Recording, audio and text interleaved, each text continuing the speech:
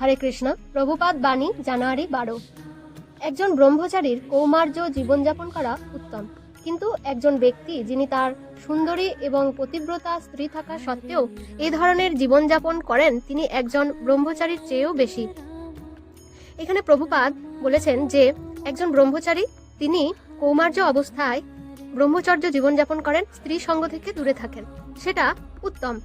কিন্তু যখন একজন গৃহস্থ তার গৃহে সুন্দরী এবং পতিব্রতা স্ত্রী আছে, তা সত্ত্বেও তিনি ব্রহ্মচর্য জীবন পালন করছেন, অর্থাৎ তার যদিও শাস্ত্রে স্ত্রী সঙ্গ গৃহস্থদের জন্য অনুমোদন করা আছে, তা সত্ত্বেও তিনি ব্রহ্মচারীর মতো জীবনযাপন করছেন, প্রভুপাদ তাদের বলেছেন যে তিনি ব্রহ্মচারীর চেয়েও বেশি উত্তম।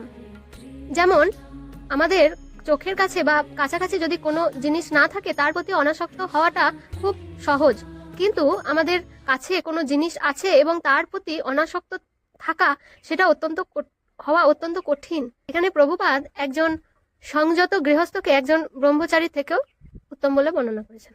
হরে কৃষ্ণ। জগৎগুরু শ্রীল প্রভুপাদ কি জয়।